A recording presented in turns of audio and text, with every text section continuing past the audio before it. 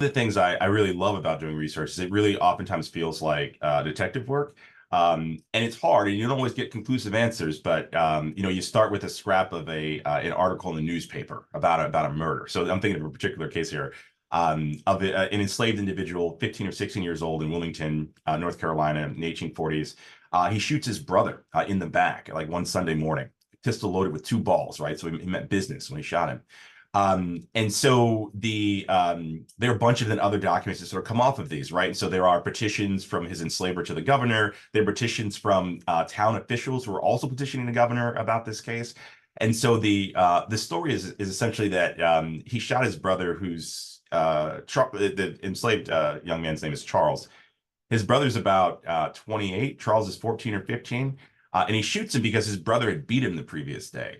And so his brother, this almost 30-year-old, was really frustrated with Charles, who had been engaged in, allegedly at least, in stealing and breaking into houses with a gang of young men in Wilmington.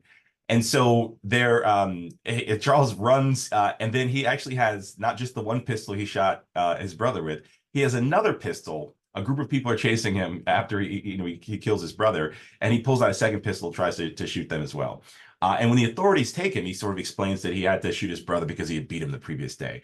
And then you get this conversation in the petitions. And so their enslaver, this guy named Platt Dickinson, insists that, he and his family had never really been very harsh on Charles. They had sort of treated him very kindly, maybe too kindly, right? And this is why he behaves in this way. And then you have the petitions from the city government that are basically like, we've got to hang this guy because he's committed this murder, and also it's a bad look essentially for the town that other enslaved people are going to think that they can essentially do what they want if we don't make an example of him. And long story short, they do hang him. I think it's an interesting episode because you have this enslaved teenager who I think is in some ways trying to craft a particular kind of masculinity. He also has access to pistols, right, which are illegal at this point in time for Black folks to have, or enslaved Black folks to have.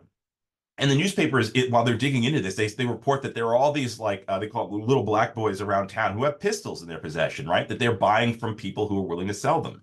And so you have that aspect to it. You have this idea from their enslaver that he can sculpt Charles, or he should have sculpted Charles in a different way, that if he had treated him differently, the outcomes are different.